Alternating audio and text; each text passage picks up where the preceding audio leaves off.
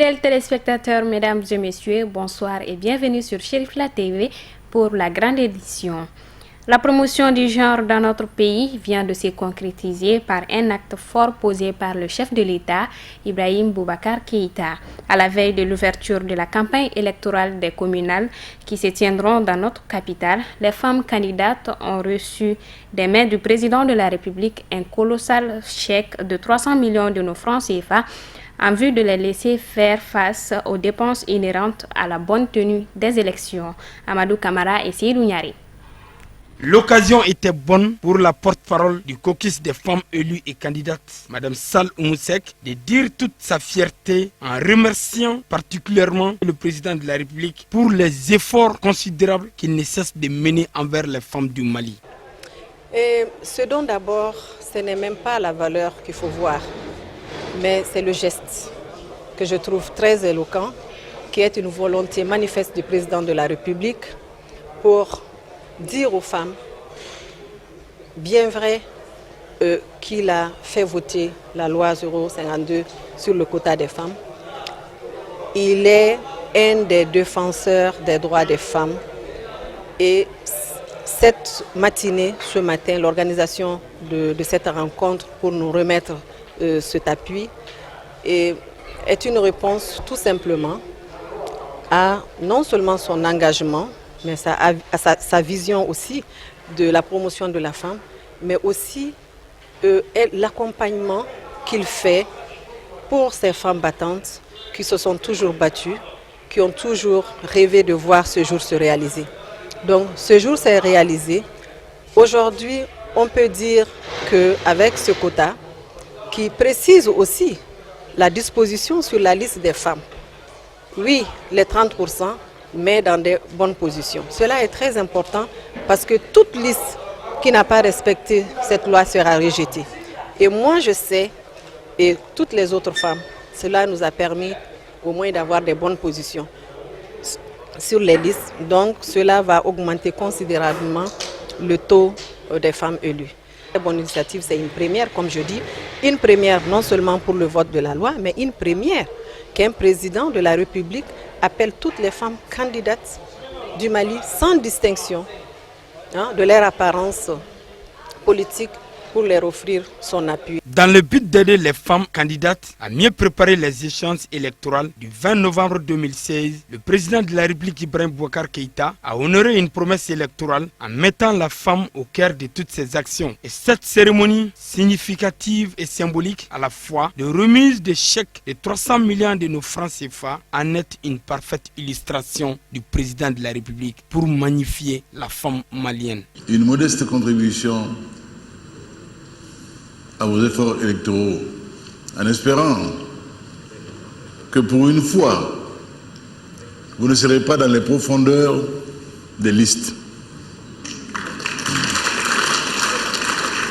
qu'il n'y aura pas de malice, qu'il y aura volonté sincère, affichée, déterminée, de faire en sorte que vous soyez élus. Je le dis comme je le pense. Mon souci de vous n'est pas politicien. Je ne suis pas politicien. N'est pas démagogique. Je ne suis pas démagogue. Et d'ordre culturel. Parce que je vous sais, à travers les âges, là c'est l'historien, les rôles que vous avez tenus à différentes étapes de l'histoire de l'humanité, qui vous ont toujours vu aux avant-postes de la sauvegarde de la dignité humaine. C'est un bonheur pour moi d'être ici aujourd'hui et pas ce geste auquel le gouvernement a consenti, parce que le gouvernement vous dire combien nous tenons à ce que vous en soyez. Et lorsque vous en serez, je suis certain que la gestion des conseils municipaux va s'améliorer qualitativement. Parce que vous avez souci de votre environnement. Vous avez souci de là où vous vivez. Vous avez souci de vos enfants, de leur cadre de vie. Donc vous veillerez à ce que, à ce niveau-là, que les élus municipaux fassent leur travail. L'opposition démocratique et républicaine au Mali ne chôme pas et entend pleinement jouer sa partition dans le processus démocratique pour une bonne gouvernance. Elle a animé une conférence à la Maison de la Presse de Bamako qui s'articule autour de 3 axes fondamentaux, Ousmane Sogoré et Ibrahim Koulibaly. Au cours de cette conférence de presse, les partis politiques de l'opposition démocratique et républicaine ont partagé avec les journalistes leurs préoccupations sur l'état de notre nation. Cette conférence animée en grande partie par le président du Parena a fait l'objet de plusieurs points, dont le premier sur l'insécurité galopante dans la capitale et alentour, mais au-delà, celle que connaissent les populations du nord et du centre. On a fait le constat de ce que vivent les Maliens, à savoir l'insécurité galopante, les inquiétudes qui traversent la société et le peuple malien, les préoccupations brûlantes des Maliens quant à leur sécurité, quant à la sécurité des biens et des personnes. Sanankoroba, la pharmacie avant le péage, Khalifa Bougou, Djeli Bougou, l'écobank au cœur de Bamako, Negela et j'en passe. En quelques jours, l'insécurité a pris des tournures extrêmement préoccupantes dans le district de Bamako et dans les communes environnantes. Mais nous disons en même temps à nos compatriotes de Bamako que ce dont ils souffrent aujourd'hui, leur calvaire, les difficultés qu'ils traversent, c'est le lot quotidien du peuple malien dans la région de Mopti, dans la région de Tombouctou, dans la région de Gao, dans la région de Kidal, dans la région de Menaka. Il ne se passe pas de jour sans incident sécuritaire. Le deuxième point a porté sur la tenue des élections communales qui se profilent à l'horizon et crée déjà une controverse entre deux lois électorales, celle du 14 octobre 2014 et du 17 octobre 2016. C'est dans un tel contexte que nous allons aux élections sur la base de 2 lois électorales. Une première qui date de 2014, sur la base de laquelle le collège électoral a été convoqué pour le 20 novembre. Et une seconde qui vient d'être promulguée par le président de la République le 17 octobre. D'autres sujets comme la mise en place des autorités intérimaires, la récente rencontre du chef de file de l'opposition avec le président de la République ou encore l'arrestation du général Amadou Aya Sanogo depuis bientôt 3 ans ont fait également l'objet d'échanges entre les conférenciers et les journalistes. Le mardi 1er novembre, l'Assemblée nationale du Mali a procédé au renouvellement du bureau parlementaire. Le fait marquant de ce renouvellement du bureau de l'Assemblée nationale a été la création d'un nouveau groupe parlementaire, en l'occurrence celui de l'ADP Maliba et Sadi, Amadou Kamara et Ibrahim Koulibaly. Chaque année, après l'élection du bureau définitif, l'Assemblée nationale constitue 11 commissions générales de 12 membres, au plus chacune à l'exception de la commission des finances, de l'économie, du plan et de la promotion du secteur privé, dont le nombre ne peut excéder 27 membres. Article 31, tout député doit obligatoirement s'inscrire au sein d'une commission générale. Cependant, tout député peut participer aux travaux des commissions dont il n'est pas membre titulaire, mais il n'a pas voix délibérative. Je vois que c'est un bureau aussi cohérent, un bureau de points qui peut relever le défi, Inch'Allah. Tous les ans que nous renouvelons les bureaux, conformément au groupe parlementaire à l'Assemblée nationale du Mali, et à chaque renouvellement, nous essayons de faire mieux. Et je pense que nous sommes en notre 3e année. Et je pense que cette fois-ci, ce qui est fait, c'est ce qui doit se faire depuis au départ.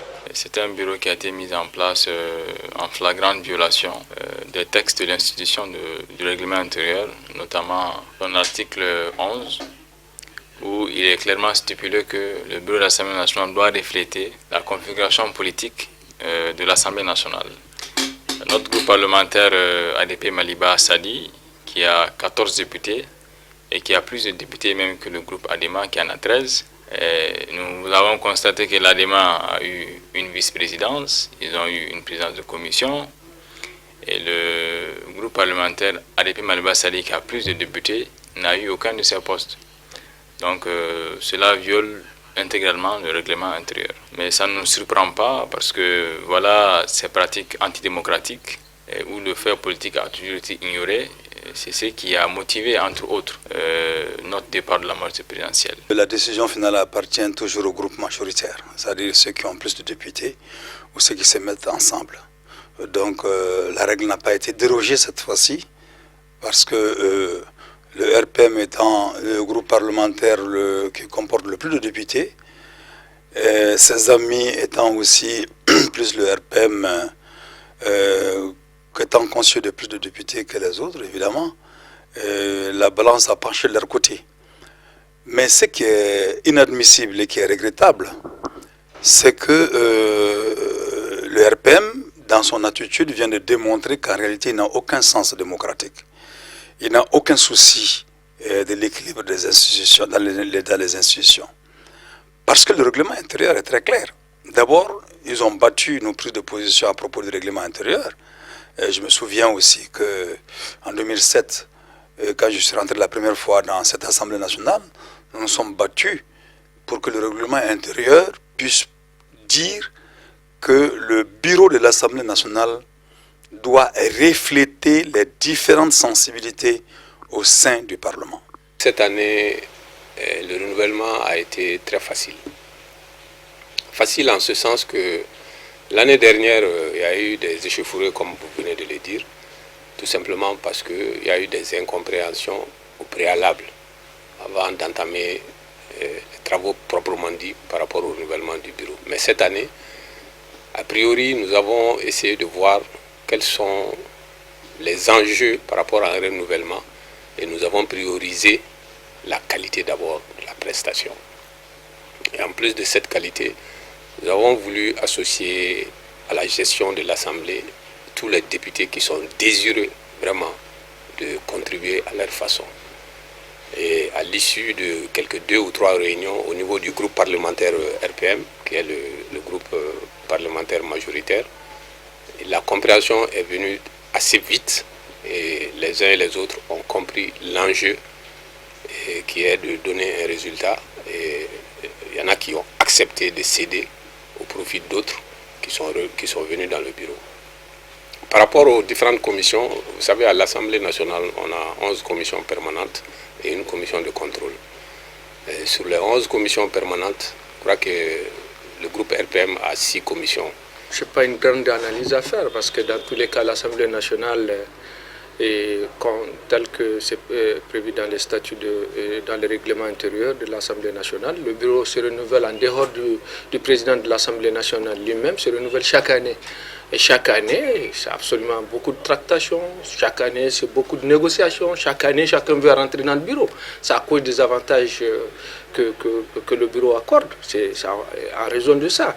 Mais je crois que malgré tout, les gens doivent être responsables et accepter souvent faire des choses. Parce que quand on dit à un député qu'il est honorable, il n'est pas honorable pour rien. Il est honorable parce qu'il doit être sage, il doit avoir le bon sens, il doit être responsable.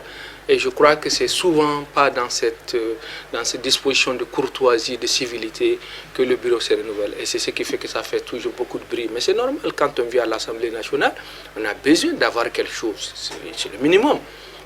Mais on vient à l'Assemblée nationale pour représenter le peuple. Moi, j'aurais aimé que les gens se battent pour mieux faire que simplement pour avoir des postes. Et c'est malheureusement, ils mettent toujours les avantages au devant du devoir. Et le devoir, c'est de représenter le peuple, de le représenter valablement.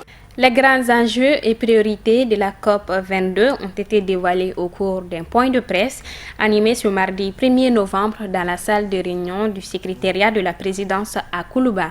Le conférencier du jour est l'ambassadeur Seyni Nafo, président du groupe des négociateurs africains sur le changement climatique, Amadou Diarra et Fousséni Keïta. La tenue de ce point de presse s'avère indispensable tant la participation de notre pays au plus haut niveau est attendue. Le conférencier, durant 1h30 d'horloge, s'est prêté aux questions de nos confrères de la presse écrite et audiovisuelle. Les enjeux et priorités de la COP22 sont à l'ordre du jour de cet expert sur les questions environnementales, conseiller spécial à la présidence de la République. C'est déjà la gestion de l'entrée en vigueur de l'accord. À Paris, nous avons obtenu un accord historique. Et nous pensions que cet accord allait entrer en vigueur dans 5 ans, en 2020. Il se fait que l'accord entre en vigueur dans quelques jours, le 4 novembre. Donc, et il entre en vigueur à un moment où encore beaucoup de pays africains n'ont pas ratifié. Donc, le premier enjeu, c'est comment commencer à développer les règles, les procédures de cet accord en ayant un processus qui soit inclusif. Donc ça, c'est le premier grand enjeu pour nous. Il y a 3 autres priorités qui découlent du premier, c'est-à-dire que nous avons maintenant un accord qui entre en vigueur. Donc qui entre en vigueur tout de suite, ce qui fait que la priorité aujourd'hui, c'est l'amplification de l'action. Et c'est l'amplification de l'action à 3 niveaux. Premièrement, les initiatives et les actions. Les chefs d'État africains ont lancé 2 grandes initiatives à Paris sur les énergies renouvelables et sur l'adaptation. Donc il faut aller tout de suite à leur mise en œuvre. Deuxièmement, c'est le financement pour l'adaptation qui est une priorité. Donc avoir une cible pour que nous ayons un montant de financement qui double. Nous sommes à peu près à 9 milliards de dollars par an pour l'adaptation. Les pays africains ont demandé que nous soyons à peu près à 32 milliards. Donc vous doublez en fait en point de pourcentage, mais c'est une multiplication par 3. Le dernier enjeu, c'est avoir un cadre de transparence pour le suivi de la mobilisation de ces engagements et une mise en œuvre qui soit transparente et qui ait des résultats concrets sur le terrain. Si l'on en juge certaines croyances, les COP seraient-elles devenues une espèce de conspiration des pays occidentaux pour empêcher les pays africains de se développer? Dira non à cette réflexion M. Nafo, qui met en avant la faiblesse et surtout la vulnérabilité de nos pays en développement. Un pays comme le Mali où les 2/3 sont occupés par le désert, de surcroît enclavé avec une déstabilisation de la pluviométrie, la désertification, une perte de la biodiversité, une augmentation de l'aridité des sols, l'ensablement du fleuve, une augmentation du taux d'humidité ayant comme conséquence une forte diminution du rendement des sols. Face à toutes ces problématiques, il y a urgence que nos pays africains, a priori le Mali, agissent pour freiner les dangers réels qui menacent nos populations.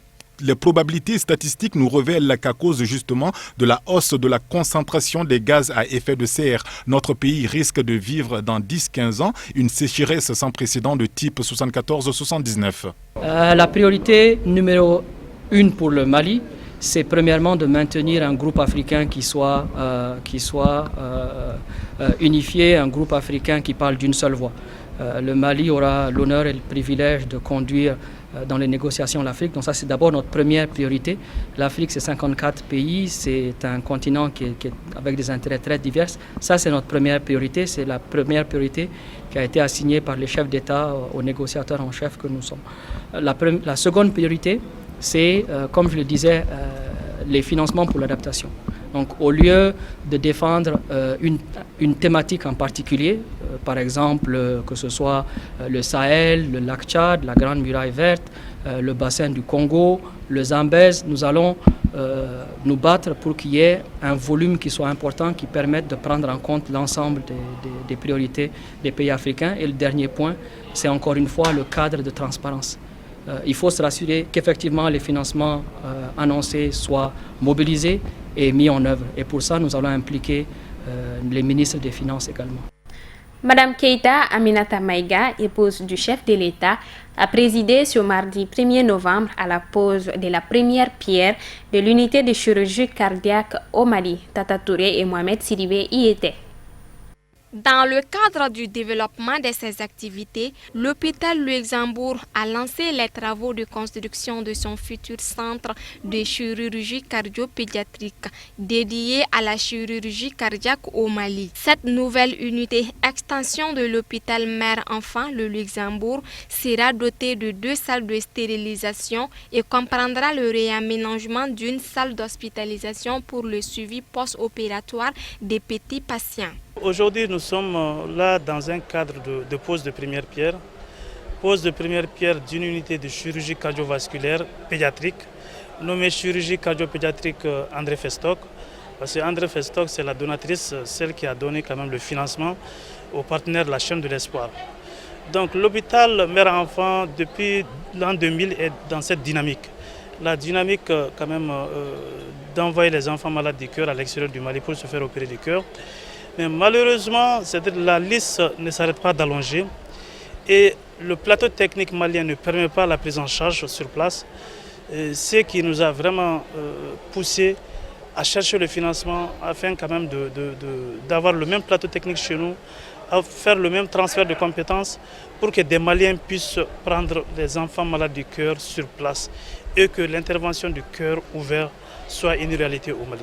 À noter que la construction de ce nouveau centre de chirurgie cardiaque a été rendue possible grâce à la générosité de la chaîne de l'espoir. Je voudrais tout simplement remercier tous ceux, de loin ou de près, ont participé à l'aboutissement de ce programme, de ce projet. À entendre le professeur Deloche, lorsque nous nous sommes vus, cette idée est là depuis pas mal d'années.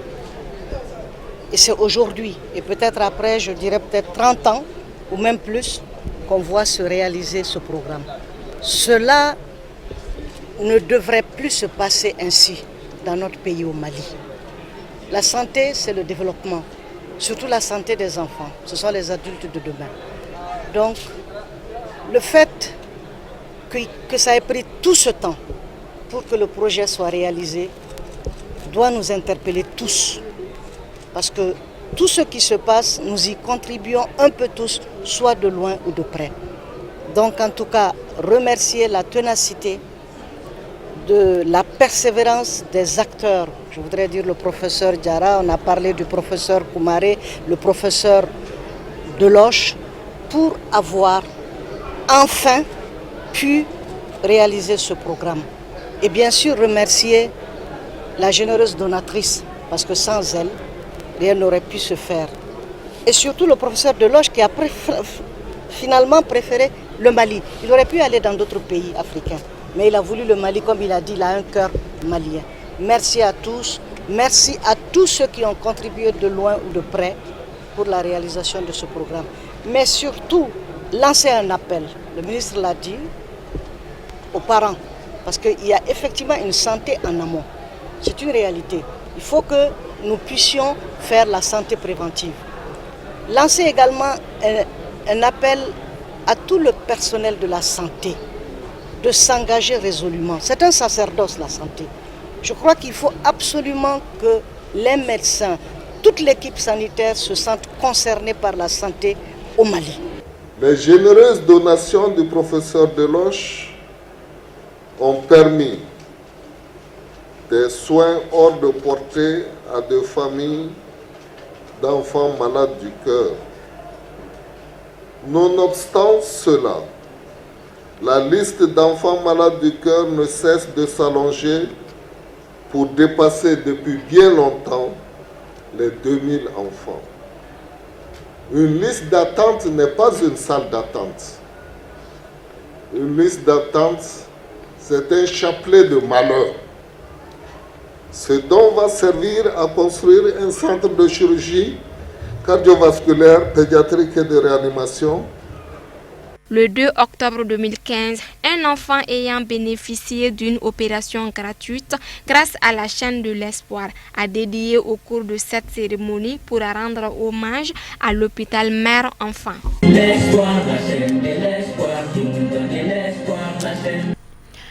Visite de courtoisie de l'Association malienne des télévisions libres, Amatel, au président du Haut Conseil islamique du Mali, Imam Mahmoud Diko, au centre des échanges, présentation des différentes télévisions qui composent l'Amatel et remise d'un document officiel. C'était au cours d'une cérémonie ce lundi au siège du Haut Conseil islamique du Mali, SIS à Amdalay, Ousmane Sogouré et Samba Traoré.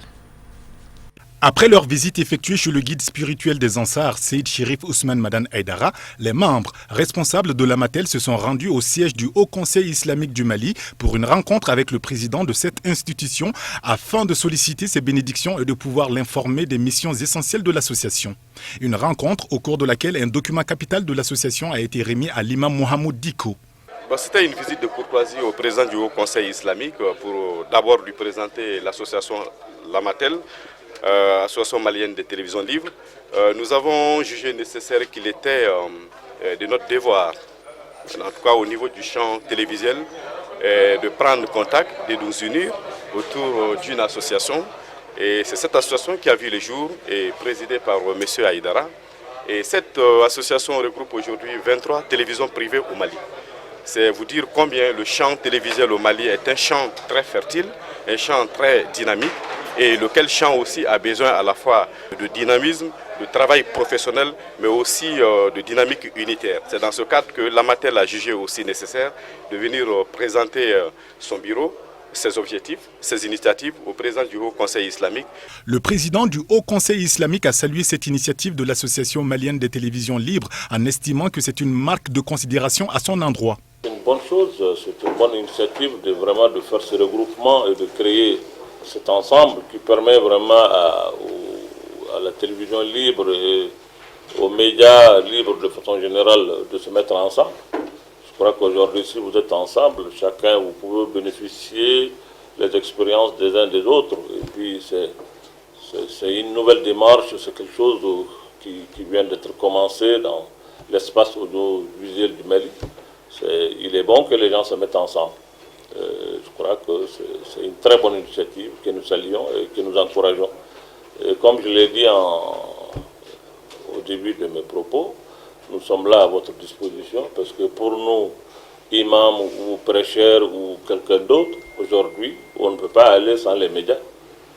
Parce que si vous êtes dans votre endroit, vous pouvez parler. Mais pour que ce que vous dites soit entendu et écouté par tout le monde, il faut nécessairement l'apport des médias. Donc le média aujourd'hui est un instrument extrêmement important, non seulement pour l'unité du pays, mais pour la cohésion, pour tout ce qu'on peut faire aujourd'hui. Vous avez eu l'exemple d'un pays où les médias ont créé une situation de génocide dans le pays. Tout simplement, il y a des choses. C'est pour cela que les médias, c'est extrêmement important, mais c'est aussi redoutable comme instrument. Ça doit être géré avec responsabilité, avec clairvoyance et avec beaucoup aussi de retenue. On ne diffuse pas tout ce qu'on entend, on ne diffuse pas tout ce qu'on veut. On doit d'abord mesurer la portée de l'information, parce que l'information ou le verbe c'est comme la cartouche qui sort d'un fusil. Dès que ça part, vous ne pouvez pas retenir. Voilà ce que je peux dire tout en vous souhaitant vraiment bonne réussite, Inch'Allah, dans cette entreprise qui est noble. Et le Mali en a besoin, le pays en a besoin. Donc, surtout on sort d'une crise, on veut aujourd'hui aller ensemble. Et pour aller ensemble, il faut regarder vers la même direction, comme je l'ai dit. Tout en les rassurant de son soutien, le président du Haut Conseil islamique a saisi cette occasion pour appeler aux promoteurs de télévision privée de faire montre de professionnalisme dans l'exécution de leur travail au quotidien. Dans le cadre de la deuxième journée des éliminatoires de la Coupe du Monde Russie 2018, prévue pour le 12 novembre prochain au stade du 26 mars de Rimadio entre les Aigles du Mali et les Panthères du Gabon, le sélectionneur national Alain Giresse a animé un point de presse au siège de la FEMAFOOT afin de publier les noms des 24 Aigles qui prendront part à cette rencontre. Issouf Koulibaly y était. On a essayé d'être homogène dans la répartition des postes et avoir un équilibre, et bien sûr en espérant qu'à travers cette liste communiquée, nous n'aurons pas de défection à cause de blessures avant le regroupement. Thomas Sissoko a des petits problèmes qu'il faut pouvoir traiter. Les 4 gardiens de but sont des gardiens que l'on finira de voir. Ce sont des locaux après les entraînements que l'on a mis en place ici sur place, et que la préparation permettra après de définir quels seront les 3 gardiens qui seront mis sur la feuille de match. Mais je veux dire l'équilibre, les joueurs qui ont déjà démontré leur engagement, qui sont déjà venus, qui nous ont permis de nous qualifier, et tout ça ce sont des arguments pour eux, et que c'est la base de fonctionnement de l'équipe. L'unité d'équipe se crée à partir d'automatismes, de références qu'on peut avoir entre les différents joueurs. Donc c'est ce qui a été le cas du choix de cette liste. On fait ça en fonction du match à venir et en fonction des circonstances présentes de nos joueurs. Il faut tenir compte un petit peu de tout pour arriver justement à finaliser une liste telle qu'on le souhaite, en respectant évidemment tous les secteurs de jeu, tous les équilibres et toutes les possibilités sur le plan tactique qu'une liste peut pouvoir donner. C'est la fin de cette édition. Merci de l'avoir suivi. Excellente suite des programmes sur Cherifla TV. Bon début de semaine à tous. À très bientôt.